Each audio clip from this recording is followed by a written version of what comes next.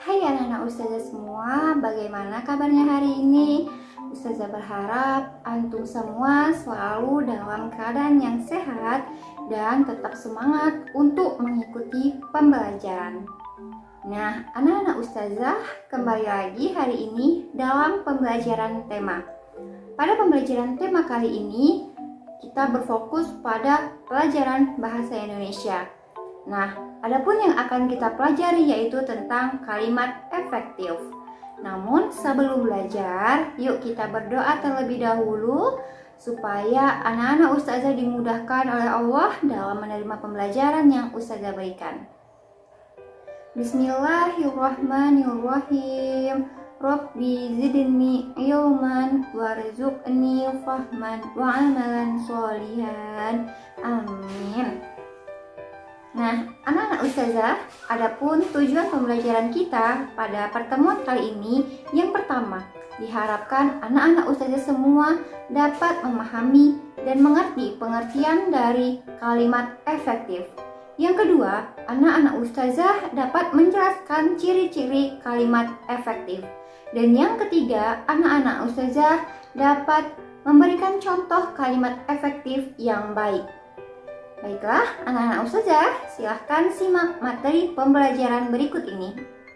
Kalimat efektif. Anak-anak Ustazah, sebelumnya kita harus tahu dulu apa sih kalimat efektif itu.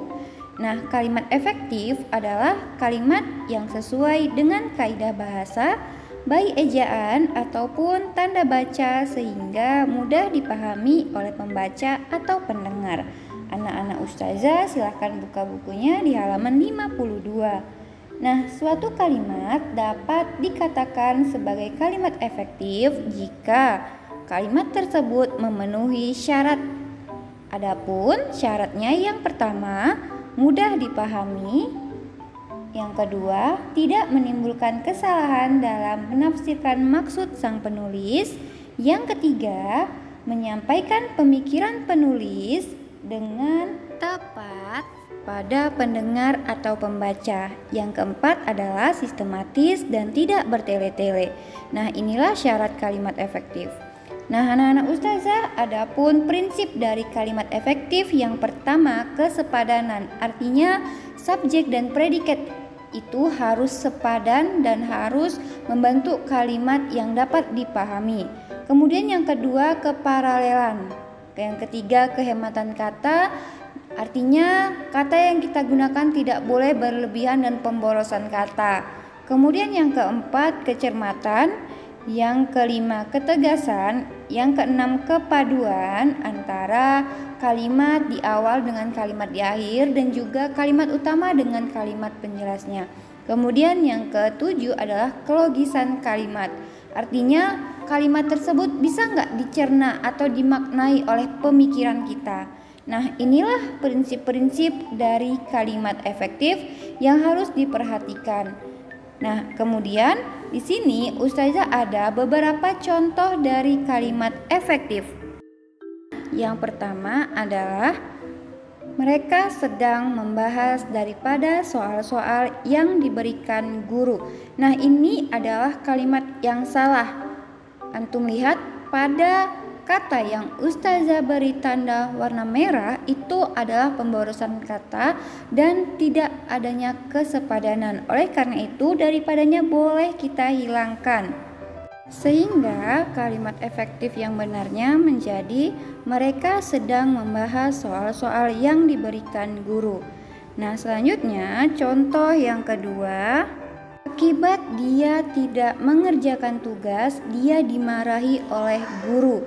Nah, anak Ustazah, di sini kata yang Ustazah beri warna merah ini menyebabkan kalimat tersebut memiliki dua subjek. Dan ini tidak diperbolehkan dalam kalimat efektif. Oleh karena itu, dianya ini boleh kita hilangkan. Nah, adapun kalimat efektifnya menjadi mengerjakan tugas, dia dimarahi oleh guru. Nah, inilah kalimat efektif yang benarnya. Nah, selanjutnya contoh yang terakhir atau contoh yang ketiga. Diambil ayah motor itu sejak pagi.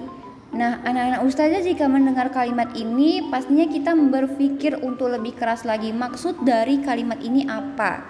Nah, ini bukanlah kalimat efektif karena di sini penempatan kata kerja tidak boleh di awal dan penempatan konjungsi atau kata hubung di juga tidak boleh diletakkan di awal seperti ini.